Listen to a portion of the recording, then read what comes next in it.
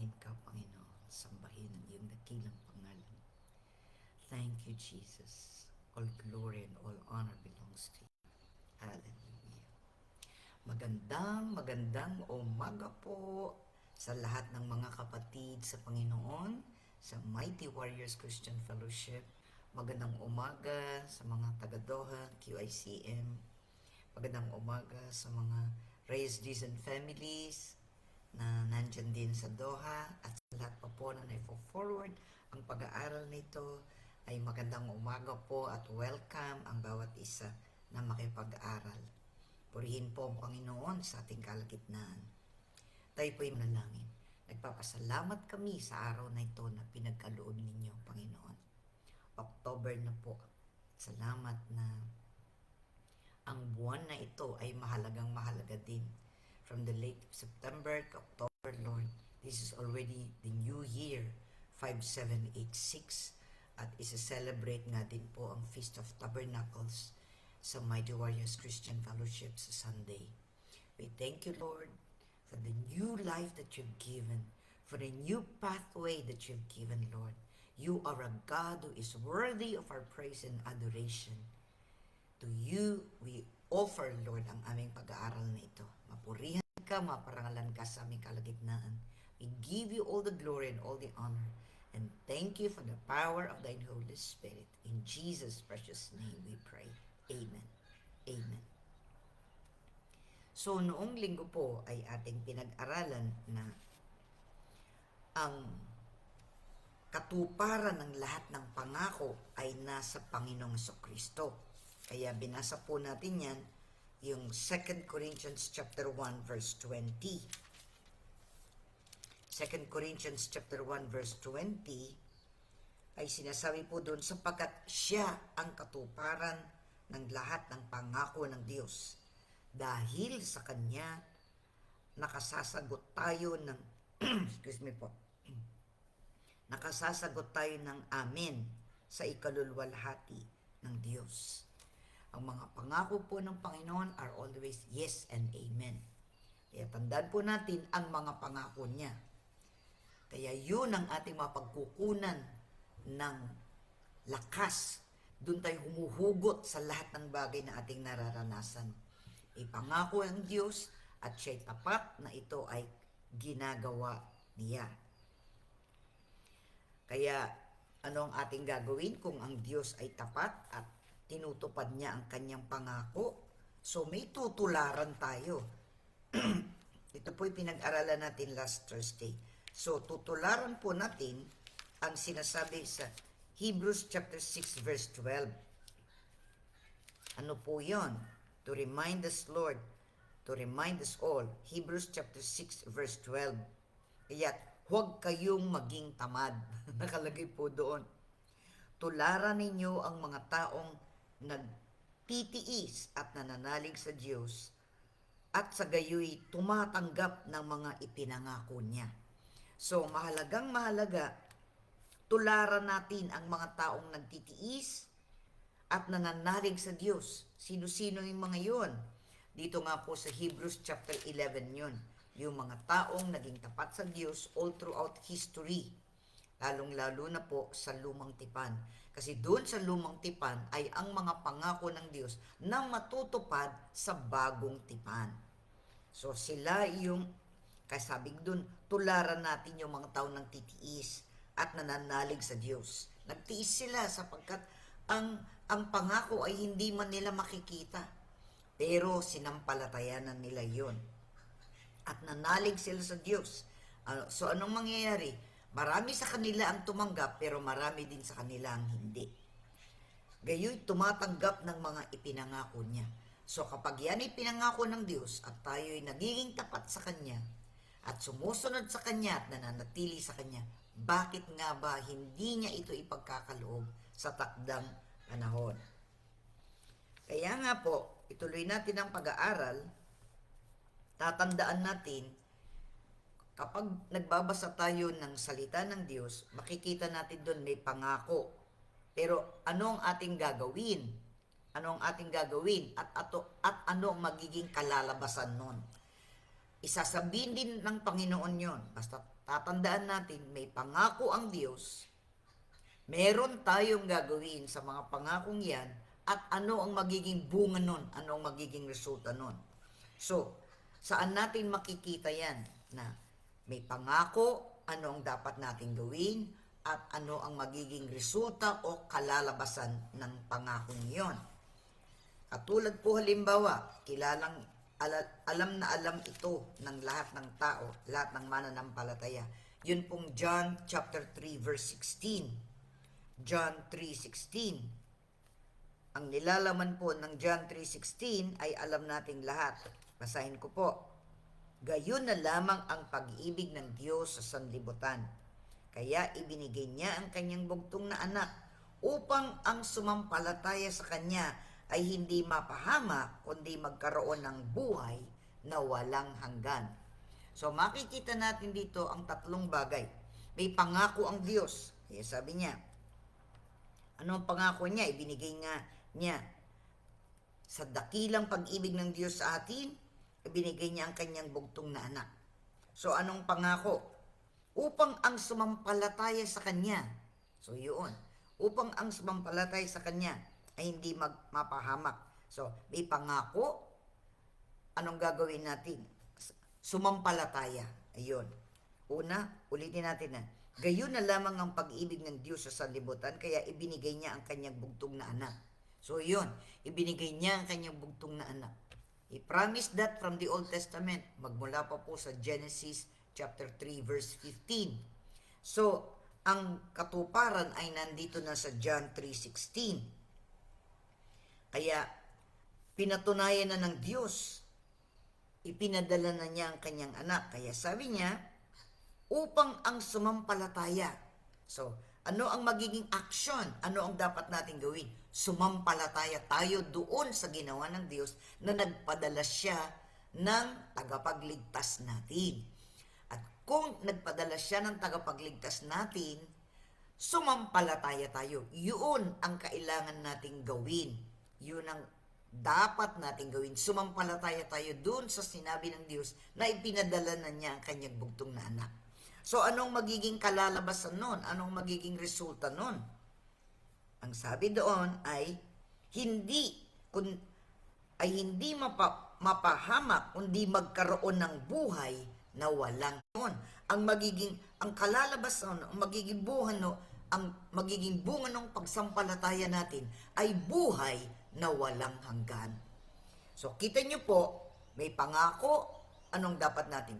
Ang pangako ng Diyos, ibinigay kanyang bugtong na anak. Anong gagawin natin? Manampalataya. Anong magiging kalalabasan nun? Anong resulta nun? Buhay na walang hanggan. So, ganun po. Para pong chain reaction yan. May pangako, may gagawin tayo, lalo na pinag-aralan na natin yun, yung may kondisyon. If you believe, yun. Kapag ikaw ay sumampalataya, yun ang nakalagay doon. Ang magiging bunga nun, ang magiging resulta nun, ang kalalabasan nun, ika nga, ay buhay na walang hanggan. Good morning, Sister Evelyn Oblea. Ayan. So ngayon, ang pag-aaralan natin, para makita natin ito, tuklasin natin kung paano ginamit ito ng isang hari sa lumang tipan para makita natin ang naging karanasan nila. Dito po, ang pag-aaralan natin for today ay let us discover, discoverin natin sino yung gumawa nito. Yan. Didiscoverin natin na may pangako ang Diyos, meron silang ginawa at may kinalabasan o may bunga yun, may resulta yun. So, ang titignan natin dito, ano yung pangako, anong dapat gawin, at ano ang magiging resulta nun o kalalabasan nun. So, basahin natin yan sa ikalawang kronika, 2 Chronicles chapter 1 verse 30. So babasahin ko po yung ilang mga talata kasi mahaba-haba po ito. So basahin niyo po ito uli. 2 Chronicles, ikalawang kronika, kabanatang 20, chapter 20 verses 1 to 30. So basahin ko po. Magmula sa unang talata, 2 Chronicles chapter 20 verses verses 1 and onwards. Dumating ang panahong nilusob ng mga Moabita at Amonita si Josaphat. Nabalitaan niya na isang malaking pangkat mula sa Edom ang sumasalakay sa ibayo ng lawa at nasa Hazazonatamar na tinatawag ding En-gedi. Nabahala si Josaphat at siya'y sumangguni kay Yahweh. Iniutos niya na mag-ayuno ang lahat sa buong Huda. Nagkatipon ang buong bansa upang sumangguni kay Yahweh. Dumating sila buhat sa iba't ibang lungsod ng bansa. Sa harap ng bagong patio ng templo na pinagtitipunan ng mga taga-Huda at Jerusalem, tumayo si Josaphat. Siya'y nanalangin, O Yahweh, Diyos ng aming mga ninuno at ng buong kalangitan, Ikaw ang namamahala sa lahat ng bansa at taglay mo ang lubos na kapangyarihan, kaya walang makalalaban sa iyo. Yun po. So, ang unang binasa ko ay 2 Chronicles chapter 20 verses 1 to 6. So, binibigyan ko lang po kayo ng background. Ngayon, tingnan natin paano ginamit ng Haring Jehoshaphat. Sa pagkatagalog po ay Josaphat na lang. Si Jehoshaphat sa pangako. Ano ang unang bagay na ginawa ni Josaphat? Kaya binasa ko po muna yung 2 Chronicles chapter 20 verses 1 to 6. Anong ginawa niya? Tignan po natin sa talatang 3. 2 Chronicles chapter 20 verse 3. Anong una niyang ginawa? Nabahala si Josaphat at siya'y sumangguni kay Yahweh. Iniutos niya na mag-ayuno ang lahat ng buong Huda. So ganito po yung pagkakataon na ito o yung naranasan nila. May gustong lumusob sa kanila. Merong gustong makidigma sa kanila. Yung mga taga-Moabita, yung mga Moabita at Amonita. Nagkakasama-sama ng puwersa upang sila ay lusubin, upang sila ay patayin at angkinin ng mga taong ito ang kanilang bayan na ibinigay ng Diyos sa kanila. So, syempre, anong gagawin mo? Ikaw ang hari. Magdidesisyon ka. Pero syempre, naalala ni Jehoshaphat ang pinaka-importante niyang gawin. At yun ay ang dumulog kay Yahweh. Una, makikita natin, nabahala si Josaphat. So, nabahala siya, natakot siya. Sabi niya, ano ba ito? Ang hirap nito, mamamatay na kaming lahat dito. Yung ganon. So, dumating din sa kanyang pagkatakot. Pero may ginawa siya. Siya'y sumangguni kay Yahweh. So, it means, nanalangin siya kaagad. Sumangguni siya kaagad kay Yahweh. At hindi lamang siya, iniutos niya sa lahat ng mga tao na silang lahat ay mag-ayuno. Yung buong Huda, silang lahat ay lalapit sa Diyos. Kaya pinatawag niya lahat ng mga tao. In-announce niya yon na mayroong dumarating na sasalakay sa kanila at kailangan sila magkatipon-tipon upang manalangin at mag-ayuno. So anong ginawa nila? Sumangguni sa Diyos at sila'y nanalangin, nag-ayuno sa harapan ng Diyos. So yun ang unang bagay na ginawa nila. So ganun din sa atin. Kung anuman ang mga bagay na nangyayari sa ating buhay, kung anuman ang mga pagsubok, matinding pagsubok, o alam natin na para bagang buhay ang magiging kapalit ng anumang magiging problema natin ay mayroong masasaktan o mayroong nangyayari. Anong una natin gagawin bilang mananampalataya? Lapit tayo kaagad sa Diyos. Huwag kang lalapit sa mga tao. Lapit ka kaagad sa Diyos. Kasi may pangako siya. So, may pangako ang Diyos na sila'y laging ililigtas. Diba? Doon pa lamang sa 2 Chronicles chapter 7 verse 14. Magmula pa kay Haring Solomon. Doon. Ngayon, nandito na sa panahon ni Jehoshaphat o Josaphat. So, naalala niya sa kanilang history at sa mga nakatala na mga kwento patungkol sa karanasan ng buong bansa. Kapag meron silang pangailangan, ang una nilang ginagawa ay lumapit sa Diyos. So, yun ang ginawa niya.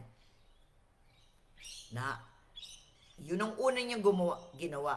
Natakot siya, pero sumangguni siya kaagad sa Diyos. Yun ang importante sa atin. Ngayon, verse 6. Yung binasa natin kanina sa verse 6. So, nanalangin siya. So, ganun din ang ating gagawin. Sa 2 Chronicles chapter 20 verse 6. Siya'y nanalangin, O Yahweh, Diyos ng aming mga ninuno at ng buong kalangitan, ikaw ang namamahala sa lahat ng bansa at taglay mo ang lubos na kapangyarihan. Kaya walang makalalaban sa iyo. O Diyos namin, ikaw ang nagpalayas sa mga taga rito upang dalhin sa lupaing ito ang bayan mong Israel. Ginawa mo iyon ayon sa pangako mo sa iyong lingkod na si Abraham. So ngayon, binabalikan pa ni Jehoshaphat, hindi lang nung panahon ni Solomon, kundi nung panahon pa ni Abraham, kung saan nagsimula ang lahat ng pangako ng Diyos. Tinawag niya si Abraham. Noon, Abram, tapos naging Abraham.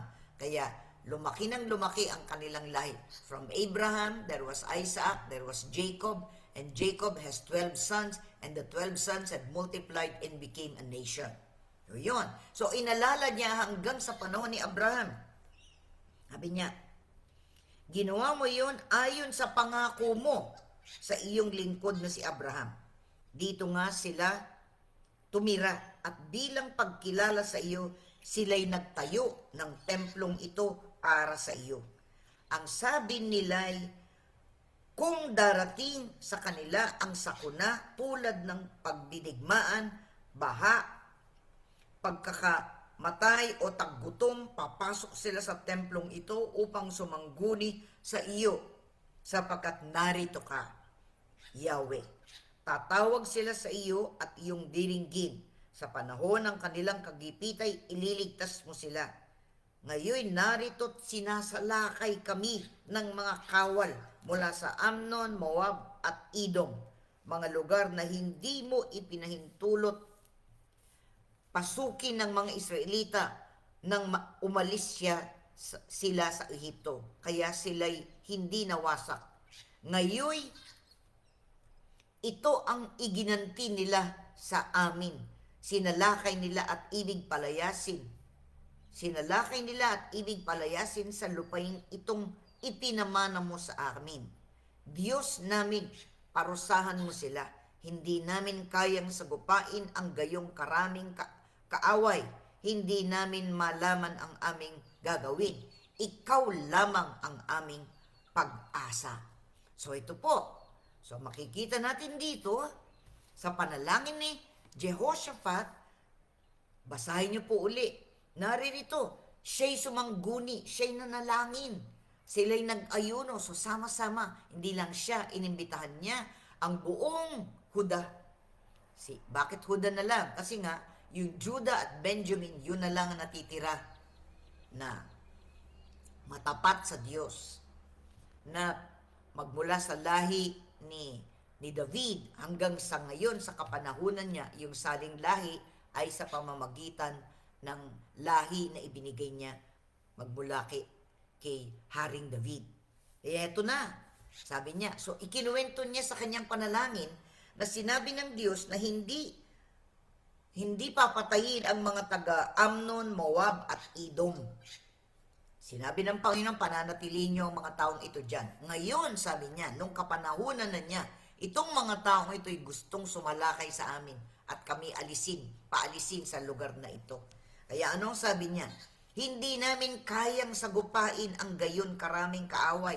Hindi namin malaman ang aming gagawin. Ikaw lamang ang aming pag-asa. So dito po sa salita na ito ni Jehoshaphat, makikita mo na hindi siya magdidepende kahit kanino, kahit meron siyang sariling kawal. Sapagkat mas marami ang mga kawal na ito na pinagpuwersa, samang puwersa ng mga Moabita, mga Amonita at mga Edomita. Ibig sabihin, from Amnon, Moab at Edom. Sino po ba yung mga lahi na yun? Yung mga Ammonites at mga Moabites, yan po ang lahi ni Lot. Kung natatandaan nyo si Lot, sumama siya kay Abraham, di ba? Tapos nagkahiwalay sila. Tapos dun sa Sodom and Gomorrah.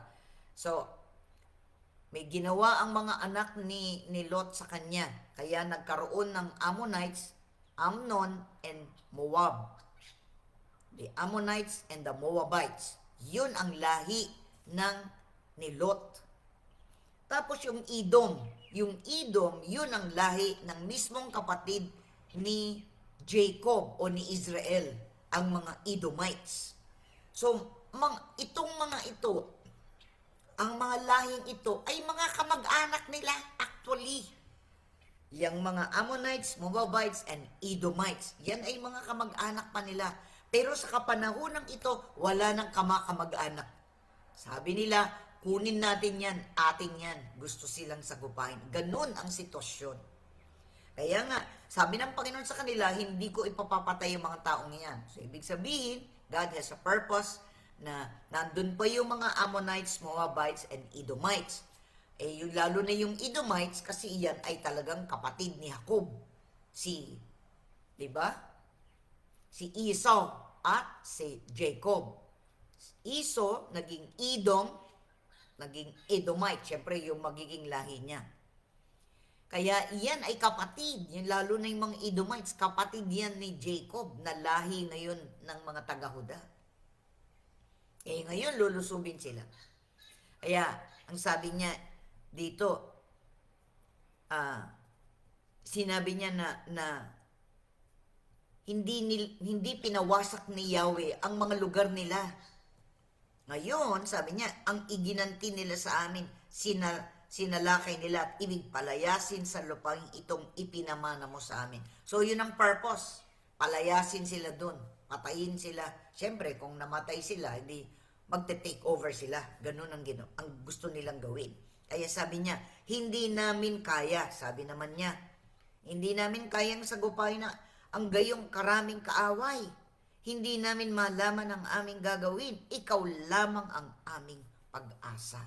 So dito po makikita natin na sa panalangin ni Jehoshaphat, siya'y nagpapakababa sa Diyos at inaamin niya. Inaamin niya na siya'y natakot. Diba? Doon pa lang sa verse 3, 2 Chronicles chapter 20 verse 3, na bahala si Jehoshaphat. So, ang ginawa niya, sumangguni kay Yahweh. Pero hindi lang siya nag-iisa. Iniutos niya na mag-ayuno ang lahat ng buong Huda. So lahat sila nagkatipon at sila'y manalangin at sila'y mag-ayuno upang hingin ang tulong ng Diyos sa kanilang kalagayan, sa kanilang kahaharaping mga kalaban na super dami. Siyempre, ang puwersa ba naman ng mga Amonita, Moabita at mga taga-Edom, mga Edomites. Ayan. So, ganyan ang sitwasyon nila. So, makikita natin dito, sila'y sumangguni. Ngayon, paano sila sinagot ng Diyos? Paano? Kung babasahin niyo pa yun, lagpasan ko na lang po yun, yung verse na lang na tumugon ang Diyos. Kasi po, basahin niyo na lamang ang buong 2 Chronicles chapter 20 verses 1 to 30. Pero tingnan natin yung tugon ng Diyos sa talatang 15. 2 Chronicles chapter 20 verse 15. Sinabi niya, so it means may tugon ng Diyos. Makinig kayo, Haring Jehoshaphat, gayon din kayong mga taga-Huda at Jerusalem. Ganito ang sinasabi sa inyo ni Yahweh. So sila'y nanalangin, so may propeta na kinausap ang Diyos at yung mga propetang yun ay nagsasabi ngayon sa mga tao, sa hari at sa mga tao. Kaya sabi niya, ganito ang sinasabi sa inyo ni Yahweh. Huwag ninyong sirain ang inyong loob. Huwag kayong matakot dahil sa makapal na kaaway. Ito'y ipakikipaglaban niya para sa inyo. Ayun po. Tumugon ng Panginoon. So, ang ibig sabihin nito, kapag tayo lalapit sa Diyos, tutugunin niya tayo. Pinaalala ni Jehoshaphat ang naging kasunduan ng Diyos kay Abraham. Magmula pa doon sa panahon pa ni Abraham, ang pangako ng Diyos na sila ay magiging isang bayan, pagpapalain sila at hahayo sila at sila'y magagamit bilang lahi ng ating Panginoong Jesucristo. Ito'y sa lumang tipan. Kaya, sumagot ang Panginoon. Alam niyo po, sa mga pangako ng Diyos at pag tayo lumalapit sa Kanya at sumasangguni sa Kanya, sasagutin niya tayo. Kaya yun ang sabi niya. Huwag silang masiraan ng loob. Don't be afraid. Huwag kayong matakot. Sabi niya, huwag masira ang loob niyo. Don't be in despair. Ikaw nga. Huwag kayong matakot. Kahit na makapal pa ang kaaway na ito. Sabi niya, ipakikipaglaban ko kayo. Wow! Ang Diyos ang makikipaglaban para sa atin. Napakabuti po ng Panginoon. Alam niyo. Kaya nga, kung may pangako ang Diyos, meron tayong gagawin. May pangako siya na ililigtas sila. Pero anong kanilang dapat gawin? Lumapit sila sa Diyos. Sabihin nila sa Diyos kung ano ang nararamdaman nila at nararanasan nila. At sabihin sa Panginoon, Panginoon, kailangan namin ng iyong tulong. So anong mangyayari? Ito ba'y pangako? Oo, syempre. Pero may sinabi pa ang Panginoon, verse 18, sa talatang 18. 2 Chronicles chapter 20, verse 18. Yumuko si Josaphat at ang buong Huda, at ang mga mamamayan sa Jerusalem ay nagpatira pa at sumamba kay Yahweh. Yun po. Ngayon, kung yung further instruction yan, basahin natin, diba, yumuko si Josaphat. Sabi ng Panginoon, harapin ninyo ang mga kaaway. O, basahin po natin. Verse 16, 2 Chronicles chapter 20, verse 16. Sabi niya, harapin ninyo sila bukas sapagkat aahon sila sa sis. Matatagpuan ninyo sila sa may duluhan ng lambak sa silangan ng ilang ng Jeruel. Ayun. Tapos sabi ng Panginoon, sabi niya, haharapin niya sila. Ang Panginoon, gusto niya, matapang din tayo. Sabi niya, harapin niyo sila, magpakita kayo sa kanila. Huwag kayong matatakot, huwag kayong uurong. Humarap kayo sa kanila. Doon, yun ang instruction ng Panginoon. Sabi niya, pakikipaglaban ko kayo, pero haharap kayo. Hindi tayo mga talunan. At hindi rin tayo kailangan matakot kapag tayo nahaharap sa ganon. Humarap tayo, huwag tayong tatalikod, huwag tayong tatakbo. Harapin natin. Ang sabi ng Panginoon, harapin. Yun ang sabi niya. Harapin ninyo sila bukas sapagkat aahon sila sa sis. Sabi niya. Verse 17, ano pa ang sabi niya? Hindi na kayo kailangang lumaban. Manatili na lamang kayo sa inyong pwesto at maghintay. Makikita ninyo ang gagawing pagliligtas sa inyo ni Yahweh, sapagkat siya ang kakampi ninyo.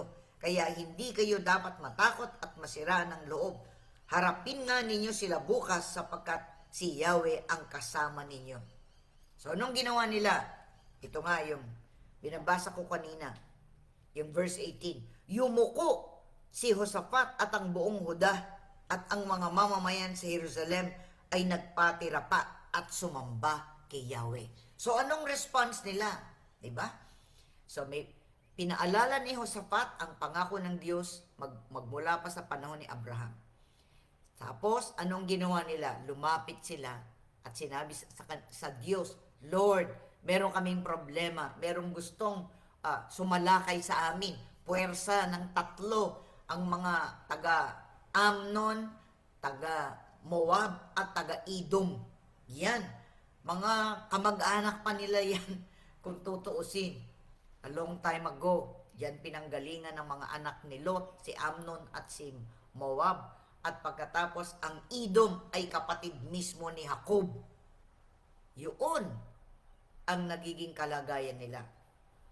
So, anong ginawa nila? Sumangguni sila sa Diyos. Lumapit sila, nagpakababa, nag-ayuno, lumapit sila. Pagkatapos, tumugon ang Panginoon. So, anong ginawa nila? Sa pagtugon ng Diyos, sabi niya, harapin niyo sila, huwag kayong matakot. Pero ipaglalaban ko kayo. Pero humarap kayo, huwag kayong matatakot, huwag kayong uurong. Sige, humarap kayo. Sabi ng Panginoon, humarap. Di ba nga, no? Yun ang instruction eh. So, anong ginawa nila? Doon sa verse 18, Yumuko si Josaphat at ang buong Huda at ang mga mamayan sa Jerusalem ay nagpatira pa at sumamba kay Yahweh. So nung tumugon ng Diyos, sumamba na sila kahit hindi pa nila nararanasan yung victory. Nagpuri na sila sa Panginoon, sumamba na sila. Yun ang ginawa ni Haring Josaphat at ang buong Huda para sila ay magtagumpay. Ayan, kasi sabi ng Panginoon, harapin ang kaaway. Yun ang sabi niya sa verse 16. Verse 17. Tapos sabi niya, anong ginawa ng mga tao? Sumamba sila sa Diyos. Kaya ito'y patunay na sila'y nananampalataya sa sinabi ng Diyos. Kung ano sinabi ng Diyos, yun ang kanilang gagawin. So nagpatira pa sila at sumamba kay Yahweh. Ngayon, ano pa yon? Verse 20. Sa talatang ikadalawampu. 2 Chronicles chapter 20 verse 20. Kinabukasan maaga silang lumabas patungo sa ilang ng Tekoa.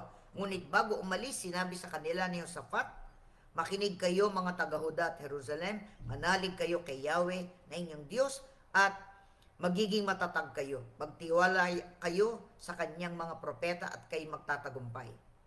Anong ginawa nila? Matapos niyang paalalahanin ng mga tao, pumili siya ng mga aawit na magpupuri kay Yahweh dahil sa kanyang kahangahangang kabanalan. Ang mga ito'y inilagay niya sa unahan ng hukbo at habang dais umaawit. Magpasalamat kayo kay Yahweh sapagat ang kanyang pag-ibig ay walang hanggan. Ang ginawa ni Jehoshaphat, siyempre umarap kayo, sabi niya, lalakad sila, haharapin ng mga kalaban. Pero anong ginawa niya? Magtiwala kayo sa Diyos, sabi niya, at magtiwala kayo sa kanyang propeta. Ang gagawin nila, naglagay siya ng mga praise and worship team. Nandun sa harapan, ang mga nagpupuri sa Diyos, yun ang nauna. At pagkatapos nun, ang mga kawal. Siyempre, anong nangyari? Alam naman natin ito. Anong nangyari? Anong kinalabasan? Verse 22. Nang ang kanilang awitan ay marinig ng mga kaaway, 2 Chronicles 20 verse 22, ginulo sila ni Yahweh. So, ang ginawa nila, sila'y umaawit, ang mga praise and worship team ang nasa harap, tapos ang mga kawal nasa likod. Nagmamarcha pa lang sila patungo sa kanilang pakikipaglaban. Nung narinig ng Diyos yun, nang ang kanilang awitin ay marinig ng mga kaaway, ginulo sila ni Yahweh. Bunga nito, sila ang nagkagulo at tuloy na lupig. Ang sinalakay ng mga Amonita at Moabita ay kasama nilang taga-Idom at nilipol nila ang mga ito. Pagkatapos, sila ang nagpatayan. So, anong nangyari?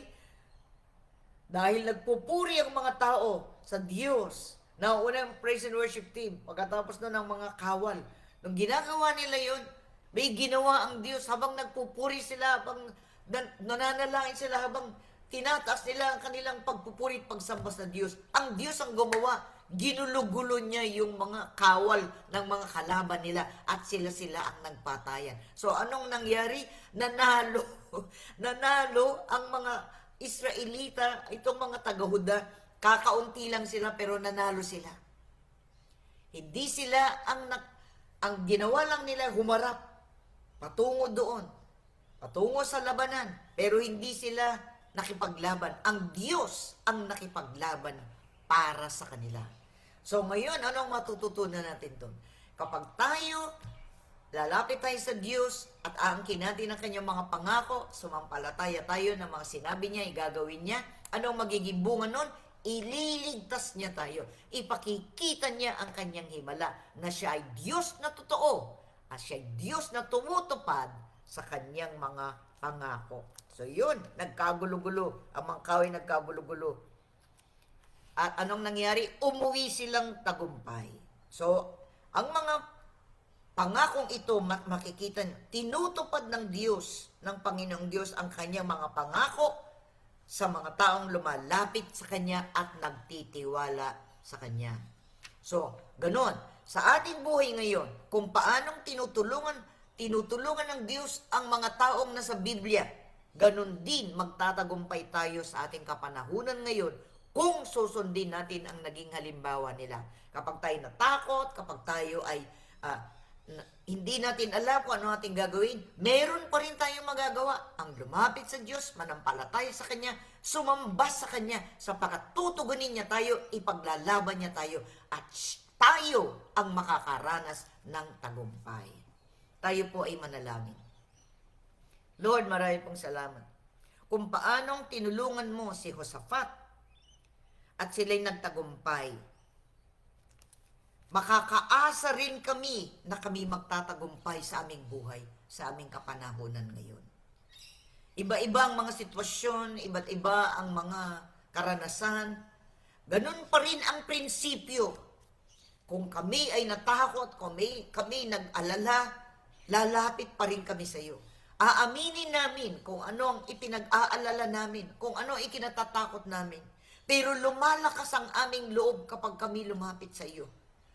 Magpapasakop sa inyo o aaminin na hindi namin kaya kung wala ka.